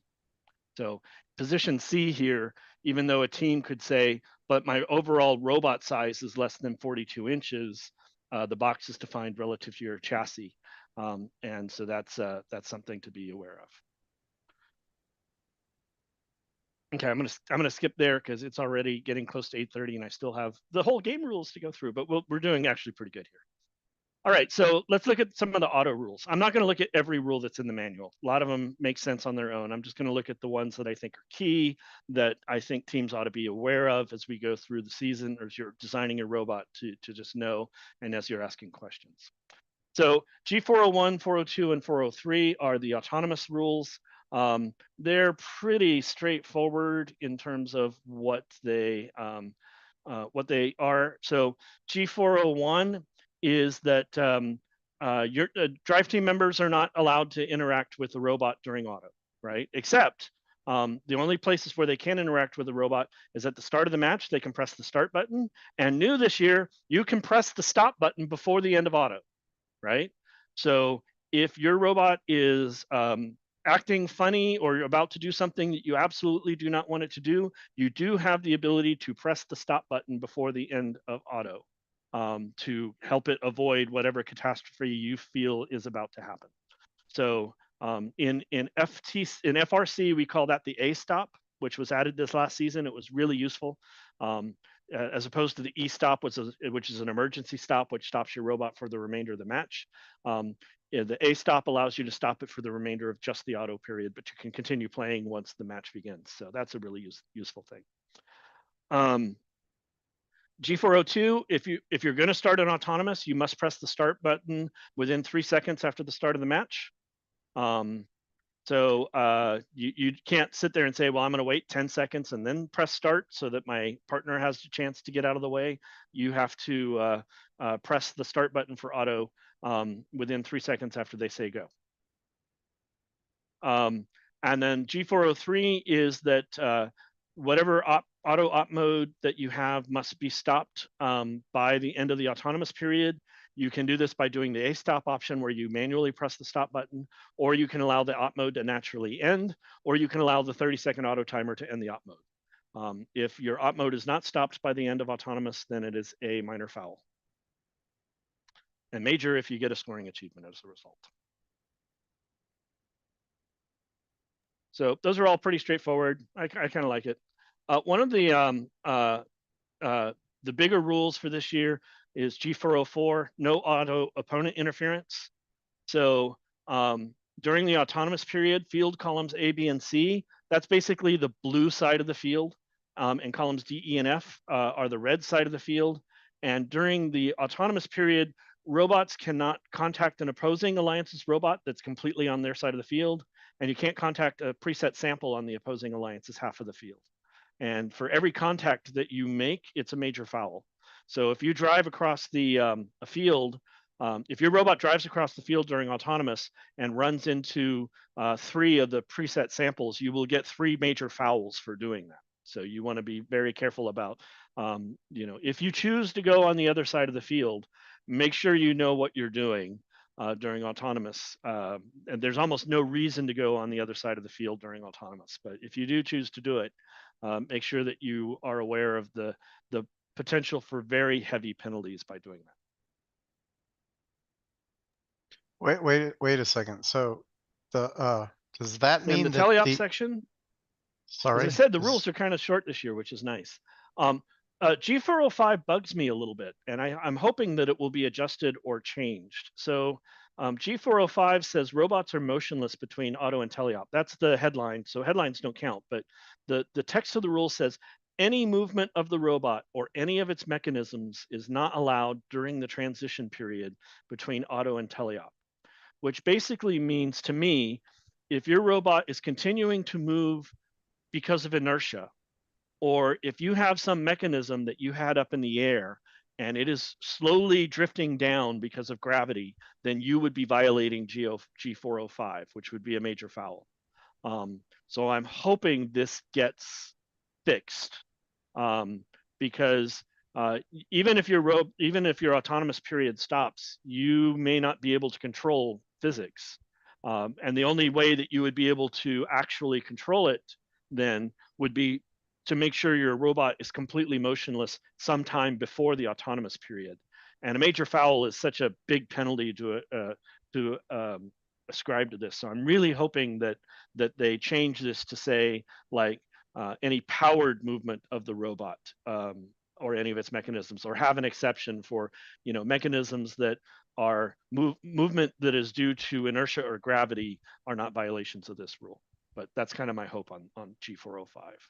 But the way it's written now, if your robot moves for any reason after the end of the auto buzzer, yeah, I mean, you get a major.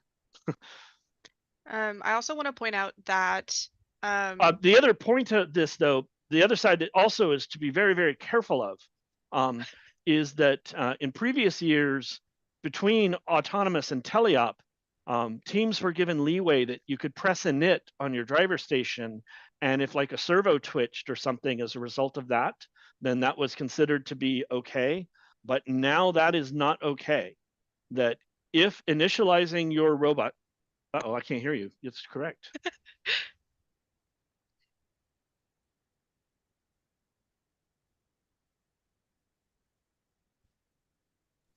we can hear you. Oh, yep. yeah, we can hear you. Let's see.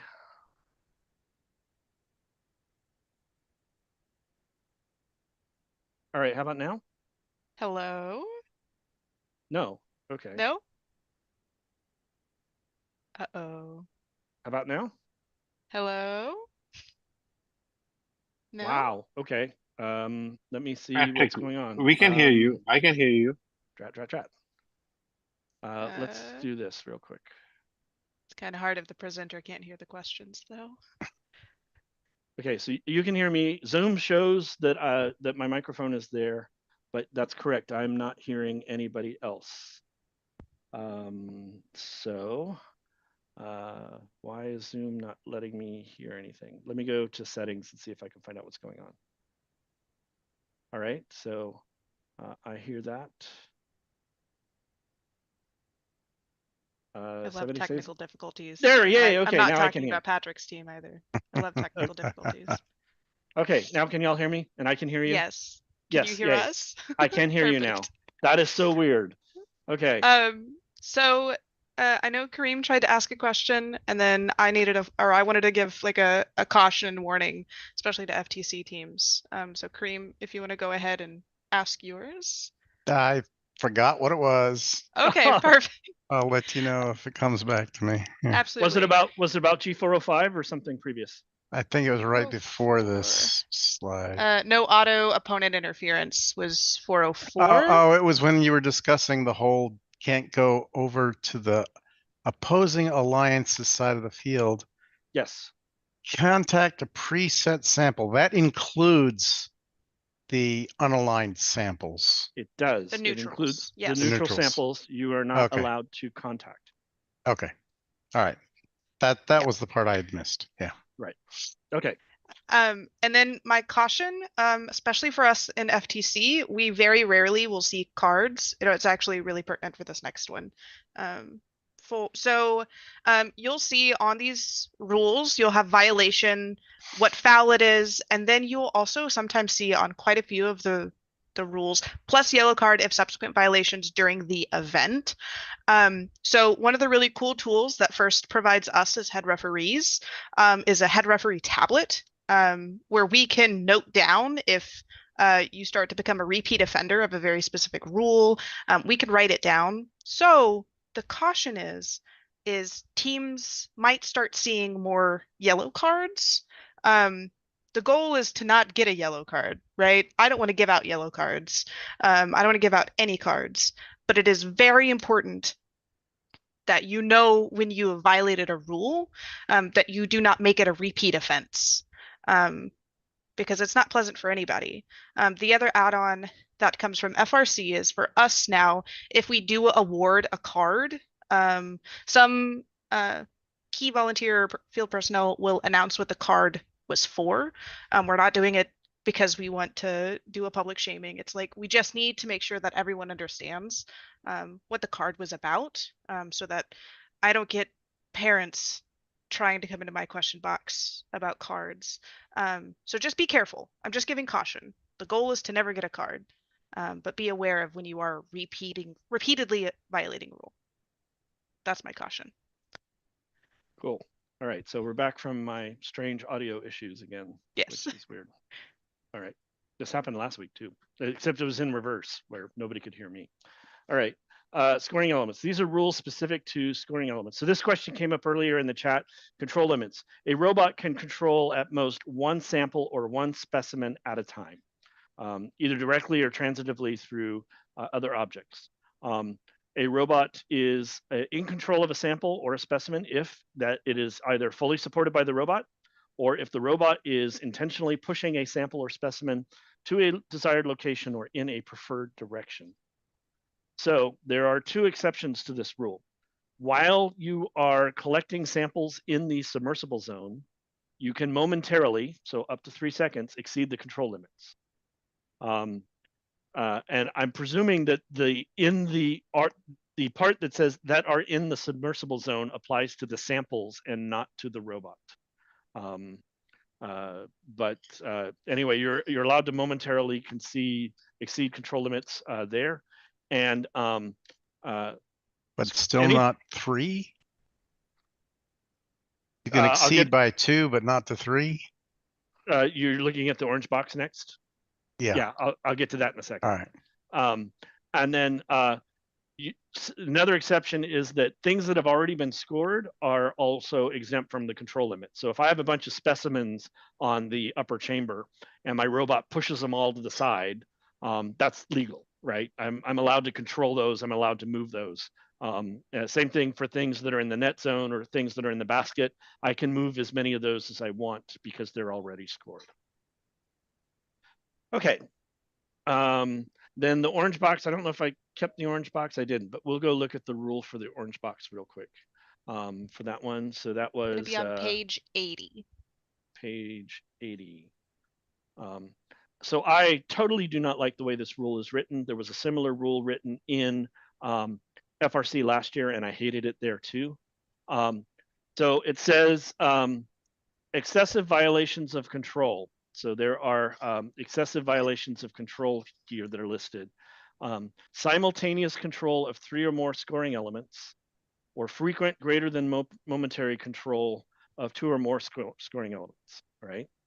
So the way I read this, and I haven't had a chance to discuss this with other referees or Erica or anything like that, but the way I read this is if my robot is controlling two or two samples or specimens, right, more than the limit, it's an immediate minor, right? I don't see that there's anything that says you don't get the foul, which I don't like, but that's the way I'm reading it at the moment, because I don't see anything that says that. If you do that where more than twice in a match, you have two or more of them for more than 3 seconds, then that becomes an excessive violation and you get a yellow card for that. Or, and that's this part of the orange box, right?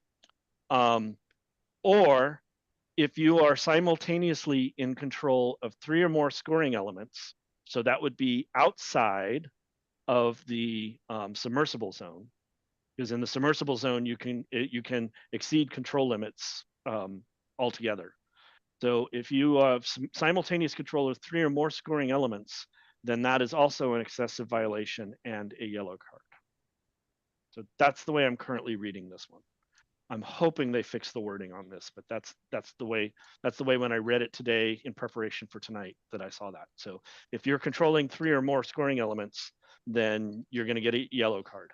Or if you're controlling more than one, if you're controlling 2 of them, then you're going to get a foul per scoring element over the amount, just instantaneously, unless it's inside the submersible. There's also an inconsistency on herding, I guess, because in one location it talks about with a concave or a flat surface, and then in the other case, plowing is defined as with a convex or a flat surface. Right. So and they're sort of incompatible with each other. No, they're fine because it's 2 different terms, right? So herding, which is listed up here in part B, right? Herding means that you are intentionally pushing something to a desired location. And so if your robot has a concave surface, right, and it's pushing something that is being trapped in that concave surface, then it becomes, it appears as though you are attempting to have that element go in the direction of the robot. In other words, a concave surface prevents the element from escaping the robot's control. Right, so that would be herding, and that's a violation, or that means you're controlling it if you're herding it. But it also says plowing is okay. Plowing is the opposite. Plowing is I'm going through and I have contact with a scoring element, but I'm not controlling it in a way. It just happens to be moving with my robot, but there's clearly no intent to herd. And so if I have a convex surface, not concave, or a flat surface where the element could normally slide off of the robot's control and not be trapped in the concavity, then no, that's what I'm saying. It was flat in both terms. They used the example flat in both terms. I haven't seen herding with flat, but maybe it is. Let's see. It was plowing was also flat. Or they both at different points in the manual. So I assume that somebody's going to deal with that. But let me give you a for instance. Yes. Okay. And we'll say we're in the sub, right? We're trying to gather elements. Right. Let's say you have a raking element, and that raking element is convex in the direction that it's contacting elements, but you're pulling elements to you. And it is designed in such a way that it may often be coming into contact with 3 elements at a time. And not only that, it could be by the fact that you're pushing 3 or 2 elements or even 1 element, but it pushes other elements while you perform that action. So and I believe they log jam and what's going on there? I believe that if you are doing something inside the submersible, like you're collecting things, then you fall under exception C. Yeah. Okay.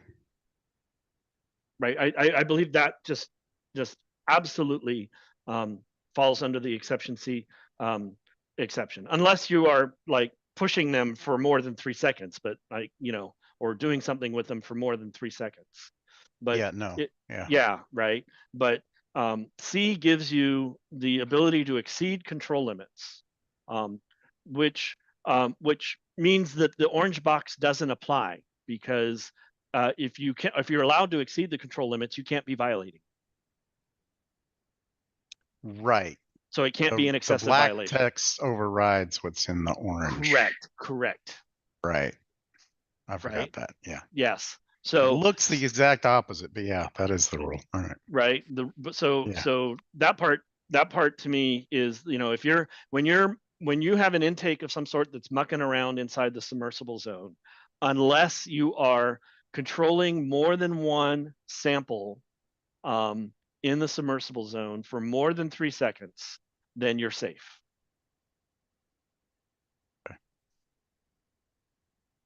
So that's what I would say. So does that really kind of answer your question? I think the control limits. Yeah, it does. I was getting confuzzled by the language with, you know, when it's right. It's concave and excessive and all of that other stuff. It's like, as I said, I don't like the way it's phrased. There was a lot of confusion in the similar version of the rule last year in FRC. So I'm hoping that it can be clarified a little bit. I don't like the instantaneous minor fouls. The way I'm reading it now, but we'll see if it actually gets cleaned up at all. Okay. Thanks. And then Charles Garvin posted a message in the meeting chat that I completely agree with. If you are controlling 2 elements for longer than 3 seconds, and you do that more than once in a match, you will get a yellow card. That is that orange box portion there. So definitely be aware of that. All right. Opposing scoring elements, G411 and 412. Oops, let me switch back to my slides. There we go. Okay, I got one more on you. Okay, all right. let me explain these real quick. Yeah, go ahead. And then we'll do that. All right. So robots may not control the opposing alliance's specific samples or specimens. You can only have momentary control of opposing alliance specific samples or specimens. We talked about this a little bit earlier, that you can do it as long as it's not for more than 3 seconds. I would also add that you can't control an opposing alliance's, or the thing to be aware of, I would say, is you don't want to put it into the you are using game elements to make the game harder or easier. So if you're grabbing the opposing alliance's samples and putting them somewhere that is hard for them to get to, you might be in violation of that other rule that says you're using game elements to make the game harder for another team. So I don't know how that will come out through clarifications and whatever, but that's the other part of G411. Don't take that as license to just start throwing your opponent's alliance samples wherever it's hard for them to get to. At least not till we have some clarification on that. And then G412, robots may not descore opposing alliance scoring elements. We also talked about that, not to be able to do that. So now, Kareem, you have a question.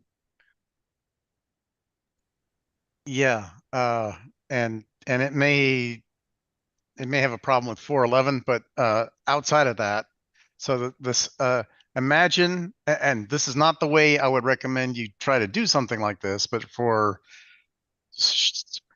painting the picture, imagine you have a robot, and we're talking entirely inside the submersible during intake, right? It's set up like a conveyor belt. And at the very end, it's picking up blocks and putting them on the conveyor belt. And it's getting rid of the opposing alliance ones as they're detected, right? So this conveyor belt pulls them out, and your entire job is just to get them out of the submersible and onto the floor. Yeah, I call this the mining strategy. Right. So in that circumstance, if you have a constant stream of blocks coming, but none of them spends longer than 3 seconds on that conveyor belt or under your control, before it gets knocked off into the field. Is that a violation of this 3-second rule? And So does the 3-second rule still that still applies inside the submersible? so I don't know the answer to that.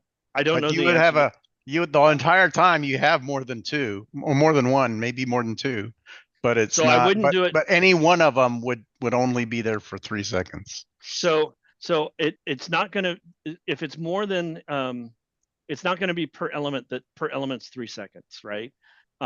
You're not allowed to have control of more than one for more than 3 seconds. So if you had three where So it's per robot, really. Yeah. Right. So that's not you're not going to be able to say, well, I didn't control any element for more than 3 seconds. If I'm a referee and I can see that for 3 seconds your robot consistently had control of more than one, then you violated the rule. That would be my first interpretation of that. Kind of and again, what I figured, but yeah. none of these are official or anything like that. I kind of feel there needs to be, and I fully expect there to be. There may not be, right? But I kind of feel there needs to be some sort of limit similar to what we had in Rover Ruckus about how many elements you can take out at a time. That in Freight Frenzy, we had the warehouses, and there were very specific rules that you could only enter that warehouse empty, collect an element, and then bring out exactly one element. And that was to prevent exactly the sort of conveyor strategy that you're describing. In Because I Rover know Ruckus, for freight, it Good. also had the all the way in, all the way out, so you couldn't do the. I'm going to position myself at half and half. correct. If I wanted to get rid of something, I had to go in empty and out with something all the way. And then and then in Rover Ruckus, there was a rule that was put in place that you could only bring out 2 elements at a time, and you could not score. This wouldn't apply for this game, but you could not score while any part of your robot remained in the source of the elements, the craters as they were then. But they had rules that would prevent that sort of conveyor strategy from taking place. And in Freight Frenzy, I'm sorry, not Freight Frenzy, in Rover Ruckus, that rule came mid-season because teams came up with the conveyor strategy and they said, oh no, this completely breaks the game. So it will not surprise me if there is some sort of rule added, like some sort of major rule added that invalidates the conveyor strategy, because it's happened before. So if a team wants to design their robot around that strategy, I would highly caution you that, yeah, teams did that back in 2018, I guess it was. And in 2018, and they discovered in the first week of October that their entire design was now invalid and they had to start over. So, and I know personally, if you were in my league, which is S, so maybe don't, if you're going to use this strategy, I'm going to probably very suspiciously squint at it for a really long time, especially if there's no like hard set answer or clarification on it, because it's kind of hard to do those edge cases with a manual that's very air quote black and white with some of the rules, because we don't have I and I, or the inadvertent and inconsequential. And so I would definitely, as a head referee, very, very deeply squint at that type of strategy. I would, as a head coach, be just fine if you squinted but didn't assign any fouls. Yeah, well, depends on what kind of answer I get. Right. In response to it. So could be a goal to make you do a Popeye face. Oh, I do them every single season. Every season. So that is a warning I have. So anybody who's thinking, oh yes, we'll do the mining strategy, and I haven't watched FTC Discord to see if other people are talking about this or whatever, but I would expect that there will be some sort of clarification that comes up on that sort of a strategy sometime before we get to actual matches. But I wouldn't take it as being, oh, I get to read the rules this way, and that loophole is going to remain open, because I think it does potentially break the game. Otherwise, the game really does come to who can harvest the quickest to get all the elements to their side of the field. And now the other robots have to kind of figure out how to get there without causing problems, which I think is one of the next slides I have. Yeah, robot opponents. Wait, do you read it as it's okay? It is legal to remove an opposing alliance's sample from the sub? I don't see a rule opposing it, other than possibly the one about making it harder for the other thing. But even if I'm not talking about opposing alliance's sample, the yellow ones are valuable. Right. Yeah. They're valuable, and there's Sure. a limited number of them. Yeah. So there's And if you have a partner that can't reach in to pick stuff up but can get it off the ground, then that would be a exactly. legal Right. useful strategy. Yeah. So even if I'm not grabbing the opponent samples out of the submersible, even if I'm only grabbing the yellows, I'm really like making it much harder for the other side to have any yellows to score, which you can definitely score your own alliance specific samples into the baskets, but that's a suboptimal strategy because you're losing the opportunity to score them on the chambers. And I would also caution, if you're spitting things out, not spitting out, but if you are removing those elements and it's a neutral, it's fair game if it's just on the field. So if you're red and you pull it out in hopes that your alliance robot can pick it up, it's neutral, so blue could come take it.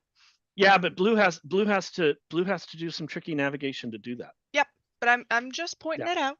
Yeah, that's the great challenge. GP if that's the plan. But just a caution.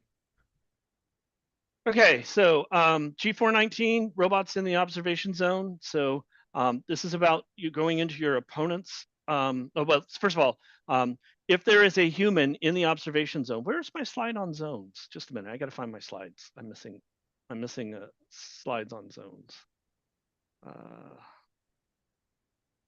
Here we go. Let's go to this one, and I'll go back to that slide. All right, so the first thing is to note that in FTC, when we're talking about zones, they're volumes, right? So they're not areas on the floor, they're areas above the floor, or they're volumes that start at the floor and go upward or are defined by that. So a zone is generally an infinitely tall volume marked by field walls, tape markings, and field structures. So the example here is the observation zone. It's an infinitely tall four-sided polygon, which is 36.6 inches at the widest point and gives you all the dimensions, right? So in the picture that's down here in the corner, the observation zone for blue is bounded by the two field walls and the blue tape, and it goes infinitely into the air. So if a robot or a human enters that space anywhere above that section of the tiles, then you are in that zone, even if you're not contacting the floor of that zone. So with that in mind, if a human is in that zone, then a robot may not enter that zone. And if a robot does so, then the robot receives a minor foul, and it's a yellow card if the robot actually runs into or contacts the human player. This is true whether it's your own robot for your own alliance or if it's an opposing robot. If the human player is in the zone and a robot comes into the zone, then you get the minor foul and possibly the yellow card if contact is made. So something I saw a lot last year that still is applicable to this year, human players that lean over the wall to look at things are in the zone. You are in the zone. I mean, or if you're game zone, but you're in the observation zone specifically. Right, and not only that, but like if you're pointing at something, yes, right, and your arm is over the wall, you are in that zone. Yes, T-Rex arms, always T-Rex arms from afar. Don't risk it. G426 is observation zone protection, which is about a robot going into its opponent's zone. So a robot may not be in the opposing alliance's observation zone. So if any part of your robot, whether it's an arm, an extension, a wheel, whatever, goes into that space above the tape line for the opponent's observation zone, you automatically get a minor foul. If you stay there for more than 5 seconds, then you get additional minor fouls. And if you contact a scoring element that is inside the observation zone, then you get an additional minor foul for that. So, so that's just something to be aware of. Yeah, James says in the zone, but not in the good way. Yes. And so there's an exception there for pinning. I can't imagine pinning is ever really going to happen inside the observation zone, but it's nice to know that it's there. Interestingly is that I'm reading this, that a scoring element could be on the edge of the observation zone, but an opponent could still contact that zone, scoring element as long as the robot does not go into the zone. So if a scoring element was just on the tape line with part of it sticking outside and a robot was able to come and grab it without without actually entering the zone itself, then that would be legal. It'd be tricky, but legal. Net zone is another place that gets protection. The protection for the net zone is not that an opponent robot can never enter it, unlike the observation zone, but you cannot contact an opponent while either robot is in the net zone. And what that means is that here I have a picture where blue robot is in their net zone and the red robot is trying to get past the submersible around the side. If red robot touches blue robot at all, while blue robot has any part of itself in the net zone, then that is a major foul.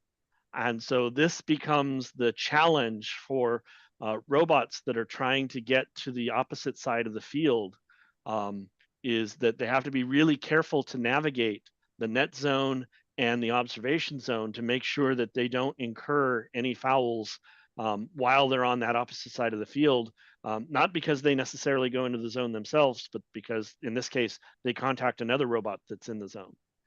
So that's just something to be aware of.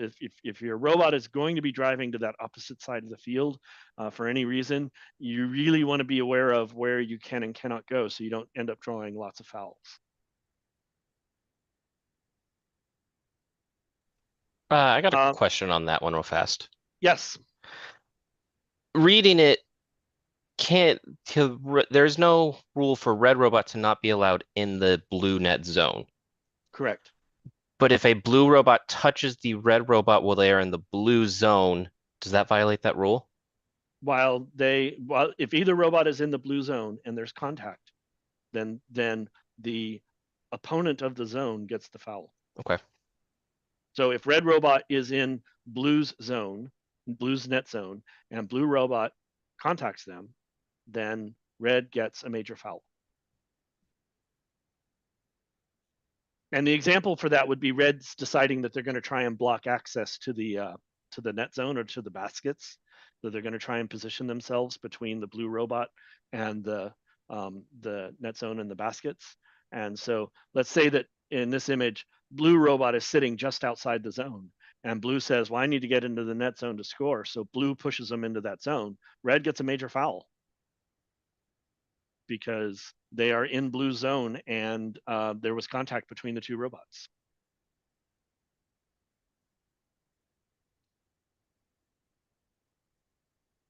In summary, don't go near the opposing alliance zones. It's a little too risky. I can understand some strategies where it's really beneficial for navigation purposes. A lot of these rules are here for protection of alliances. I'm trying to look at it like that rather than like discouraging defensive gameplay or whatever. Just don't touch other people's stuff in summary. And a reminder, major fouls are 15 points awarded to your opposing. Minors are 5, majors are 15. So, I mean, if you want to give them those points, go for it. But I do not recommend you earning the foul. But this is kind of the example where talking about the harvest strategy or the conveyor strategy that was being discussed earlier. If I have a robot that is in the submersible and it's systematically taking all of the yellow samples out of the submersible and placing them right here before the in front of the chambers, it's really hard. Like let's say blue robot's doing that and just dropping them here. It can be really hard for red to get to those.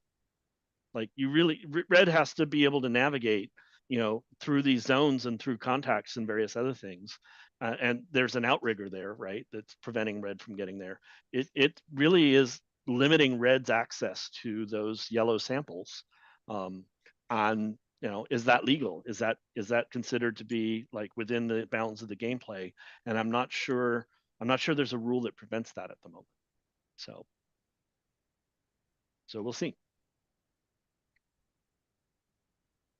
Climbing robots are protected. So during the last 30 seconds of the match, a robot that is attempting to ascend has protections.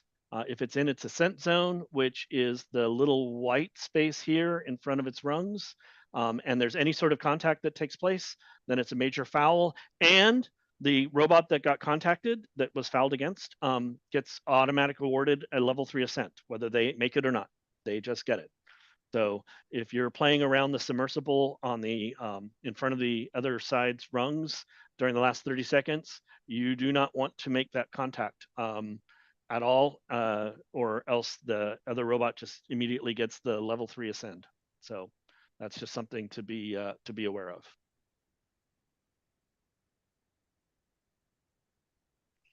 of. Human player rules. When a match starts, don't reach into the field, but there is a momentary exclusion to this. So if you just kind of point real quick and withdraw your hand back, and it was obviously not any safety issue involved, then it's not a foul.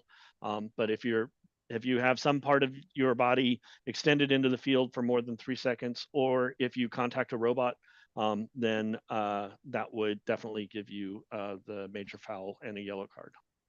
This is one of the very few times, I think that only happens twice, where you see the words inadvertent and inconsequential. Yeah. So I kind of have that back. But in summary, T-Rex arms, don't risk it, just in case. T-Rex arms all the way. And we're past 9 o'clock, so I'm going to go a little faster here. Human players can manipulate the scoring elements. You can pull them out of the observation zone. You can put them in. There's a lot of different things that you can do there. You can put any number in at a time. You can put them in any orientation. You can put them in contact with other scoring elements. You just can't put them outside of the observation zone. There's a note here that if you hang it from the field wall in the observation zone, it's still considered in the observation zone, and it can be manipulated by the human player.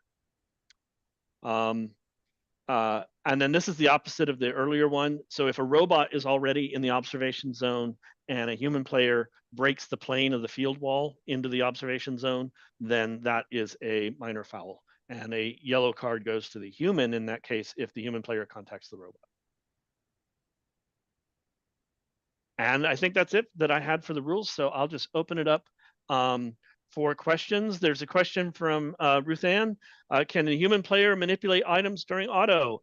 And my answer to that seems to be yes. There doesn't seem to be a rule that says that the human player can, that prevents a human player from manipulating items during auto, which means that a human player could conceivably pick up samples from the observation zone during auto, add a clip, stick it back down, and a robot could score it during auto. So again, I haven't seen a rule against that. We'll see if there's a clarification, but based on other things I have heard, I'm of the opinion that's by design, that human players could interact with the observation zone and samples and specimens during the autonomous period.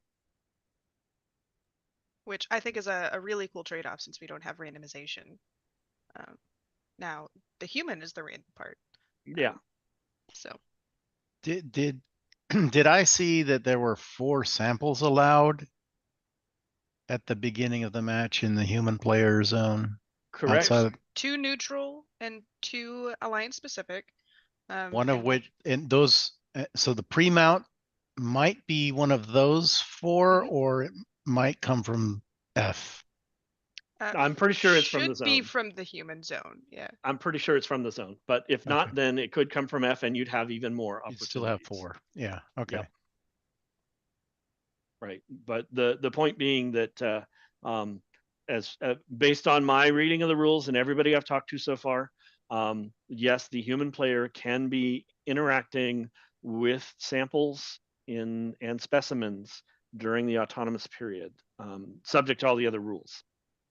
So it might go like, if you have a preloaded specimen, you start you score that, you go grab one of the others off of the field. In the meantime, there's another one ready for you to go. So Ready I'll to go go ahead. for you. I'll go ahead and like preview one of the strategies we're looking at. So match begins, right? We have a preloaded specimen. So go score that specimen, right? Now drive to where the 3 are, and one at a time, quickly put them into the observation zone, right? For the human player to pick up. In the meantime, the human player has already put a specimen that came from the human player section into the observation zone for my robot to pick up. Right. So now my robot goes and picks that one up and goes and scores it. While the robot is scoring it, the human player is quickly adding clips to the 3 specimens that we dropped off, and putting them back in for the robot to continue scoring, such that you could easily score 5 specimens in auto. I don't know about easily, but you could score 5 specimens in auto. Right. And just to add the clarification, Alliance specific colors for those specimens. I in the very beginning got confused on what could be turned into a specimen. Alliance specific only. Yellows are just will always be samples. Well, I shouldn't use hard set language like that. They will stay samples until told otherwise by the GDC.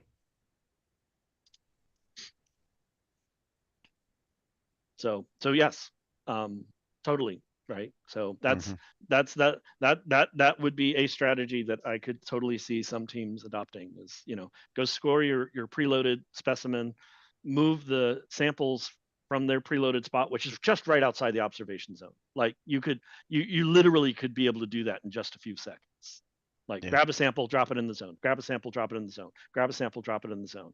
Now pick up the specimen that the human player left after the beginning of the match and go do it, and then just cycle back and forth to get the remaining 3 specimens that the human player is busy clipping. Yeah. And even if your robot is unable to do maybe specimen scoring samples in the high basket, which is, I believe, 8 points. So if you get 10 samples in the high basket, that's 80 points. And then once you once we transition into teleop, they should be recounted through the scoring system. So that should be done automatically. So just from 10 samples in the high basket, you get 160 points. So Auton is extremely valuable. So I'm excited to see all the strategies. I get to go to a scrimmage on October 3rd, and I'm excited to see what teams are doing this close to the beginning of the season. That's really quick for some teams. Yes. Yeah, right? it's down in Waco.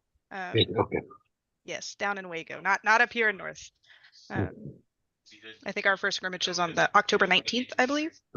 Okay. So. And I think that's what I plan to take my team, at least, even though we may not be ready, at least I can see and learn from them.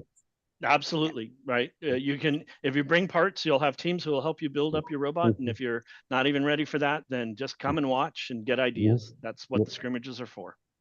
And you can maybe help out on field and be field reset and practice being a volunteer. Yep.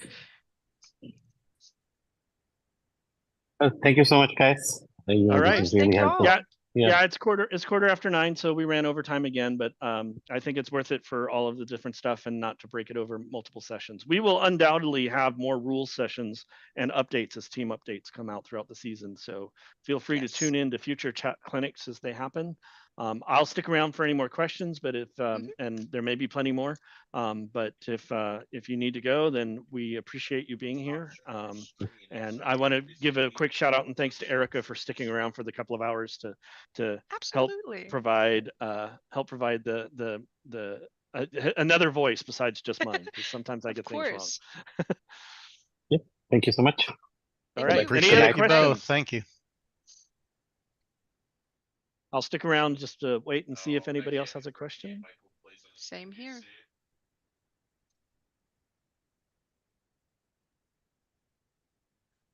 All right. Well, it's looking like it's closing out, so I'm going to go ahead and close it out. And if there are more questions, y'all have email a good us. Night. Oh, Charlie, did you have something? Yes, go ahead, Charlie. A hey. I see a hey. Should I stop recording? Yeah, probably. Let me stop recording. Okay.